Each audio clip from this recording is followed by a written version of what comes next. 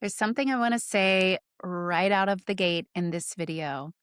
The thing you are most ashamed of, the wound you keep trying to fix and heal, the pattern you can't seem to break, the part of your story you wish were completely different, that thing is not your obstacle. That is actually your greatest asset.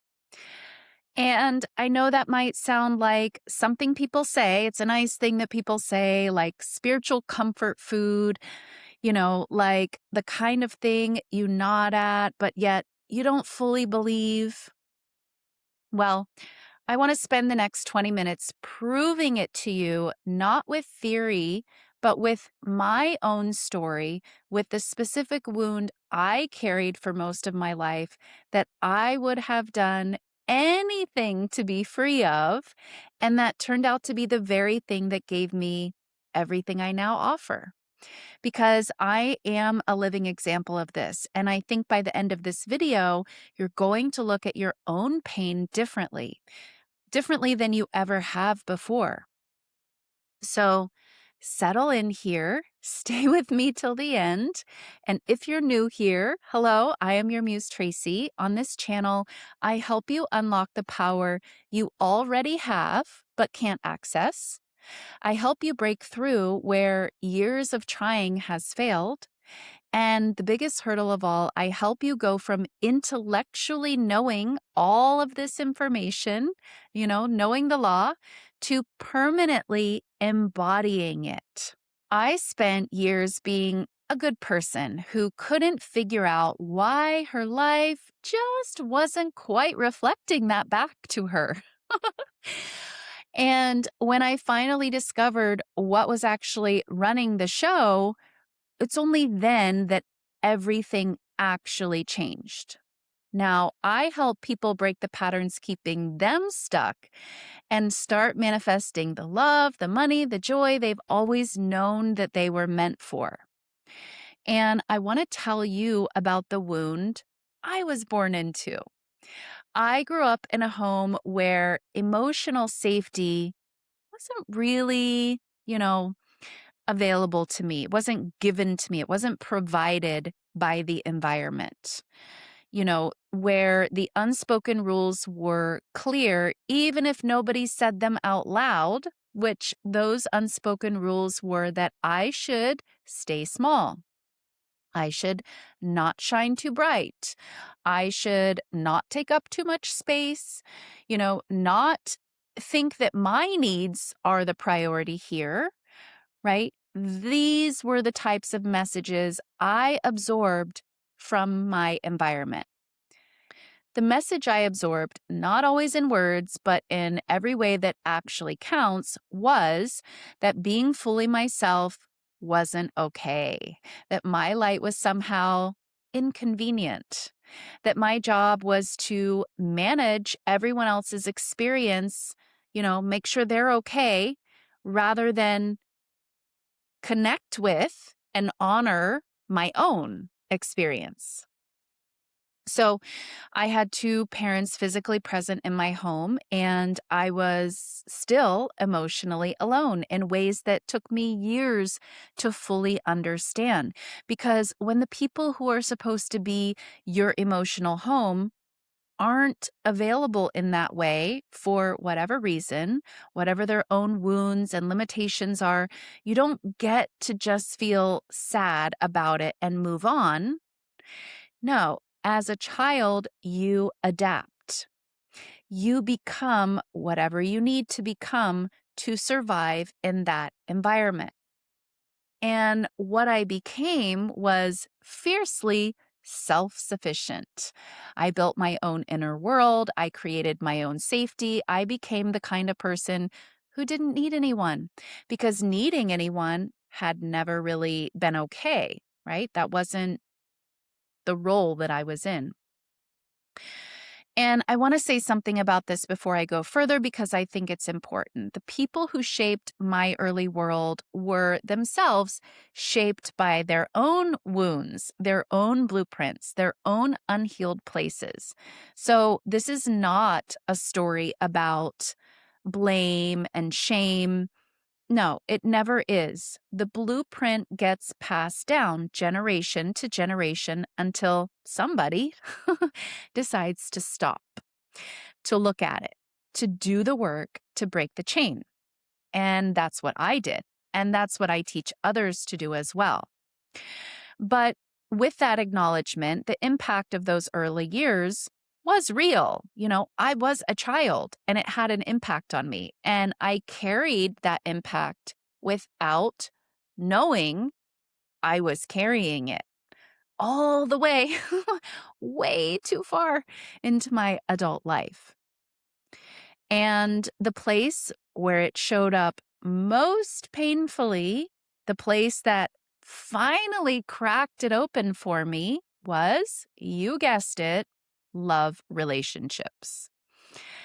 I was a good person. I was conscious and caring and genuinely trying. And I could not, for the life of me, understand why I couldn't hold on to deep, lasting, reciprocal love. Why the same patterns kept showing up no matter how much I grew. Why the relationship I knew I was meant for kept feeling not available, just out of reach. And underneath all of that confusion was a wound so old, so quiet, so invisible to me, I had almost stopped hearing it. I didn't hear it. I didn't hear it. I didn't see it. I didn't hear it. I didn't know it was there. All I knew was that I had this pattern that I didn't love, I didn't enjoy, I didn't ever choose. The wound that said, you have to earn love. The wound that said, your needs don't matter. The wound that said, don't be too much. Don't shine too bright. Don't let anyone see all of you because the last time you did, that wasn't okay. That was my wound. That was the thing I spent years operating from and not knowing I was operating from it, trying to be in relationships from it. And it was the thing that was creating the unwanted dynamics in all of my relationships. And that wound, that exact wound, is the reason I am able to do what I do today and teach what I teach, because I've been there. I want to talk about what a wound actually is, because I think we've been taught to think about it wrong. And I want to clear this up before we go further. We're taught that a wound is damage, a deficit, something that happened to us that left us broken in some way, forever changed, forever, less than. And that our job is to fix the brokenness so we can finally be whole and finally have the life we want. And I want to offer you a completely different way of seeing it. First of all, you're not broken and you don't need fixing. You are absolute perfection at your core. And nothing, no one, no experience, nothing can ever touch the perfection that you are. A wound is simply a map. It's a precise, specific, deeply personal map of exactly where your greatest work lives, of the territory your soul came here to navigate, of the lessons that are most essential for your personal growth, and crucially for the growth of the people you are here to serve. And that doesn't have to be a huge audience necessarily, although it might be. It could just be your family, the people in your immediate environment, your children, your siblings, your parents, your friends, your coworkers. Think about it this way: the wound you carry, whatever it is, has given you something that cannot be taught in any other way. It has given you an experiential, inside understanding of a particular kind of human suffering, if you will. A cellular, embodied, bone deep knowing of what it feels like to live inside that pain, that particular kind of pain. And that knowing, that is not something you can get from a book. It is not something you can learn in a course or develop through study. It is wisdom that was forged in the fire of your actual lived experience. And that lived experience is irreplaceable. The healers, the teachers, the coaches, the guides who change lives, they are almost never people who had it easy. They are people who went through something, who descended into their own depths and found their way through, who know the terrain of a particular kind of darkness because they live there, and who can therefore be a guide, a genuine guide for others to navigate that same territory. Your wound is your credentials. Your healing is your curriculum. And the depth of your pain is directly proportional to the depth of the wisdom and the service you are capable of. This is not a consolation prize. This is the actual architecture of how transformation works. The wound doesn't get wasted. It gets alchemized. It becomes the very substance of your gift.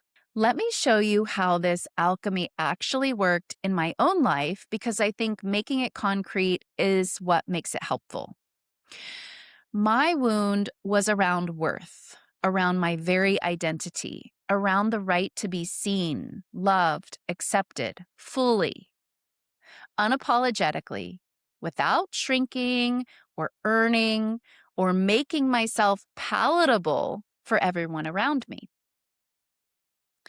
That wound meant I spent years operating from a subconscious blueprint that quietly ran my life on autopilot, attracting relationships that confirmed, yep, you need to earn love.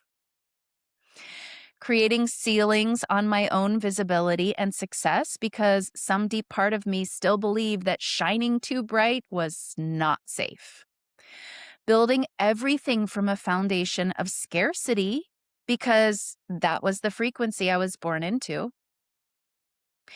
And because I didn't consciously know about this wound, this is the important thing. I didn't even know I was operating from this. And because I didn't consciously know about this wound, but I lived inside of it, because I know from the inside what it feels like to be unconscious of the wound, creating on autopilot, doing all the right things on the surface, genuinely a good person who cannot figure out why their life isn't reflecting that. Because of this, I can meet my clients in that exact place with a quality of understanding that is simply not available to someone who hasn't been there and lived it for themselves.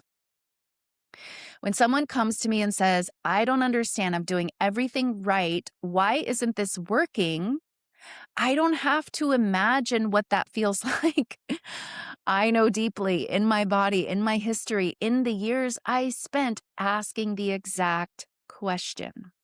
When someone tells me they intellectually know their worth, but can't quite feel it or connect with it, when someone says, I have no idea how to love myself in the deepest sense, not just self-care stuff, when someone says they keep attracting the same patterns no matter how much they grow, when someone describes the gap between who they consciously want to be and what their life keeps showing them, I know that territory intimately. I've lived it, and I know the way out of it too. And the way out of it, that is the alchemy. The wound that caused me the most pain became the precise instrument of my greatest service. And here's what I want you to understand about your own wound, whatever it is. You are not behind because of it. You are not damaged by it. You are not less than because of what you went through or what you've carried or what you haven't fully healed. You're being prepared. Every layer of pain you've navigated, every pattern you've had to face, every moment of confusion and heartbreak, and why does this keep happening to me? All of it is being woven into the fabric of who you're becoming. There are no wasted moments. And who you are becoming is someone with a depth of wisdom, a quality of presence, and a capacity for genuine service that is directly proportional to everything you've been through. Nothing is wasted, not one moment of it. So I want to pause here for a moment because if what I'm sharing is landing, if you are starting to see your own wound differently with a little more compassion, acceptance, understanding, if you can feel that the thing you've been trying to fix or hide or transcend might actually be pointing you somewhere important, I want you to know that this is the work I do with my one-on-one clients. We go into your specific wound, your specific blueprint, the specific beliefs and patterns that have been quietly, anonymously running your life since childhood. And we do the real work to understand them, integrate them, and alchemize them so that the thing that has been your greatest source of pain becomes your greatest source of power. This is available to everyone. This isn't just a select few. This is how this works. That's the transmutation process. And that is, in my opinion, the essence of exactly why you are here. If you're ready for that, if you can feel that this is the level of work you've been looking for, the link to book a free strategy call with me is in the description and the pinned comment. Let's talk about your wound and what's on the other side of it, because I promise you, you're not meant to live in that wound forever. That is not the point and not what you're here for. So I want to acknowledge something because I know that what I'm saying might make sense intellectually and still feel very far from true in your lived experience. When you are inside the wound, when the pattern is actively playing out, when the pain is fresh, when you are in the middle of confusion and the heartbreak and the why is this happening again,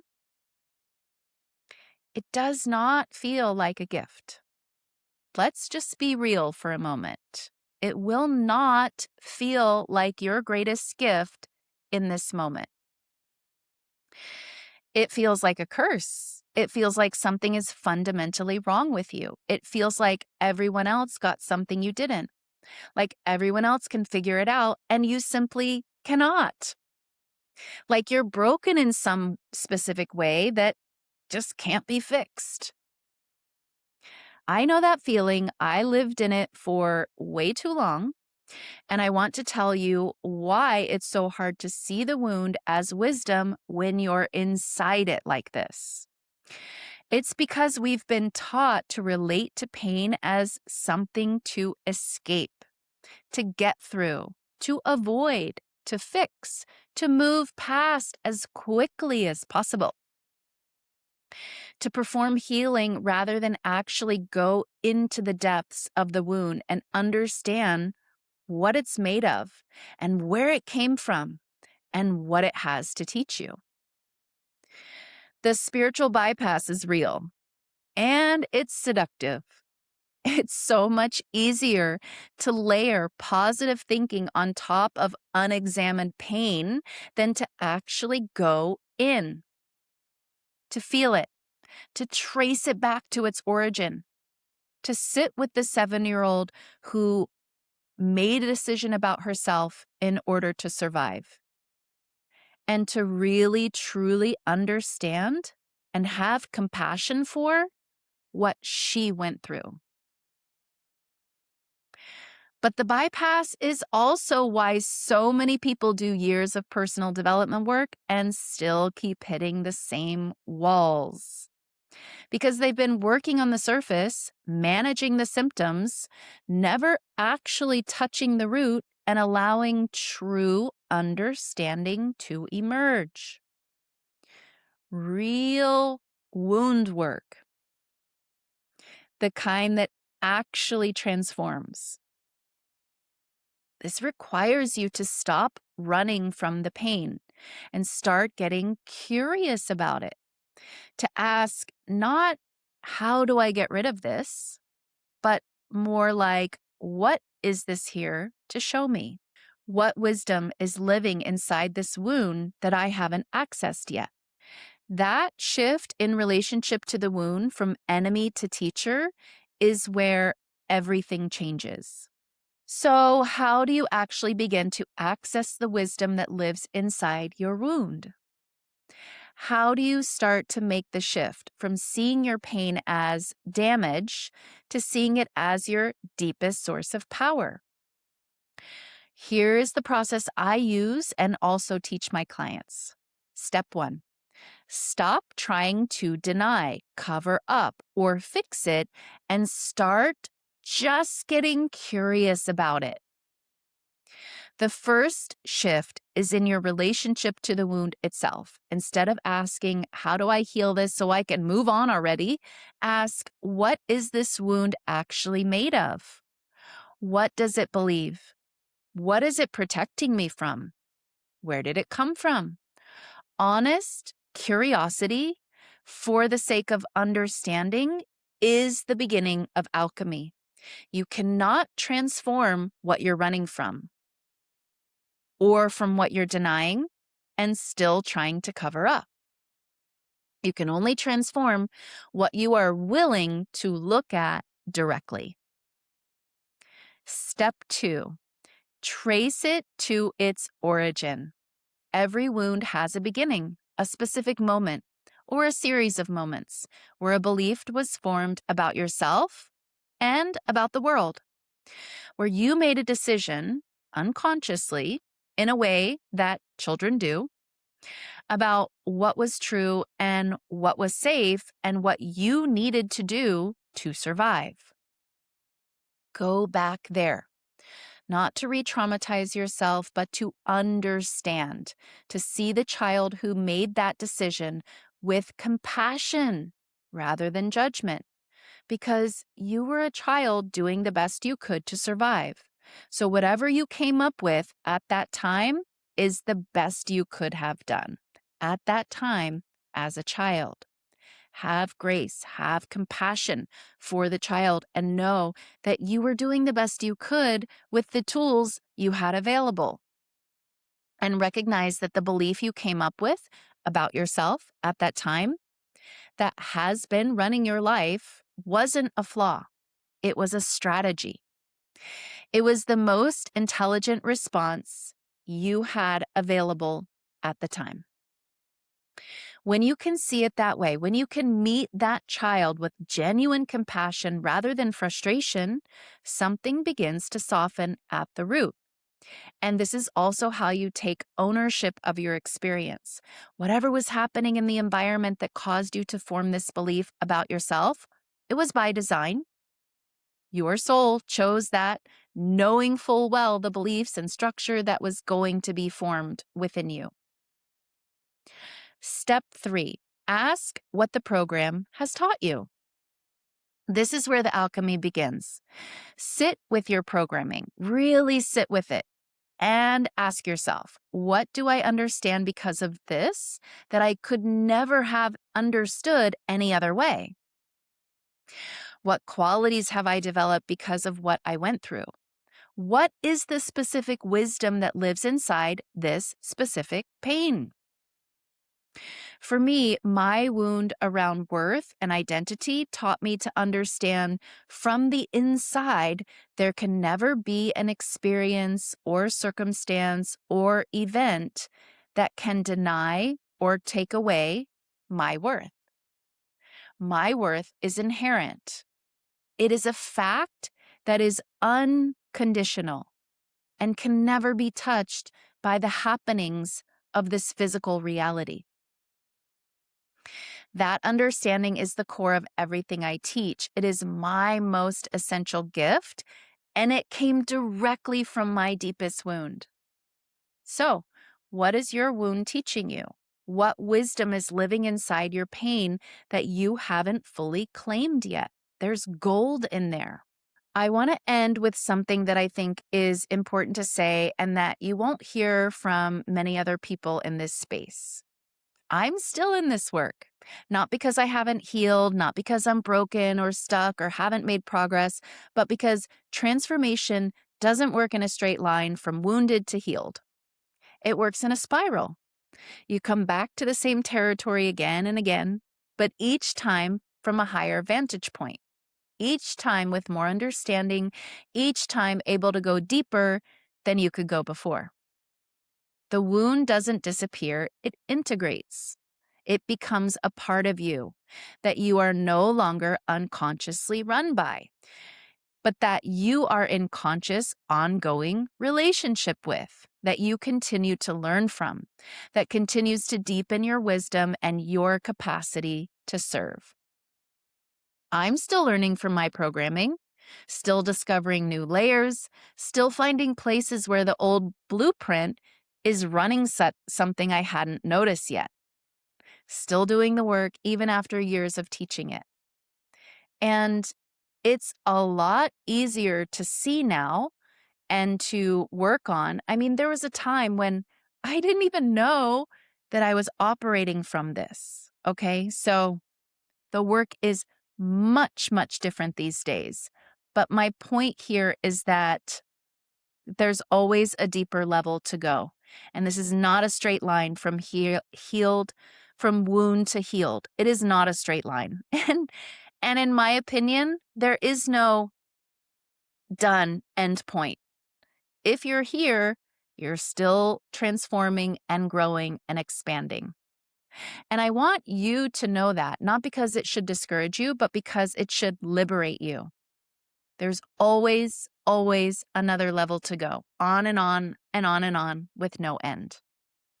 You don't have to be finished to be worthy. You don't have to be fully healed to be of service. You don't have to have it all figured out before your story has value.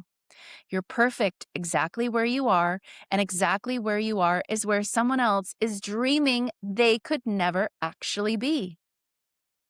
You just have to be willing to keep going, to keep turning toward the wound instead of away from it. You can't run from this. You're not meant to run from it. To keep asking what it has to teach you, to keep letting the pain become wisdom and the wisdom to become medicine. So I want to come back to what I said in the very beginning. The thing you are most ashamed of, the wound you keep trying to fix, the part of your story you wish were different, that is not your obstacle. That is your greatest asset and greatest gift. So I want to hear from you in the comments. What is the programming you've been trying to avoid, deny, or fix? And what wisdom do you think might be living inside it? And if you're ready to do this work, to really go into your wounds and programming, understand your blueprint, and begin the alchemy of turning your deepest pain into your greatest power, you can book a free strategy call with me. The link is in the description, and there's a link in the pinned comment. Thank you all so much for watching this one. I'll see you in the next one.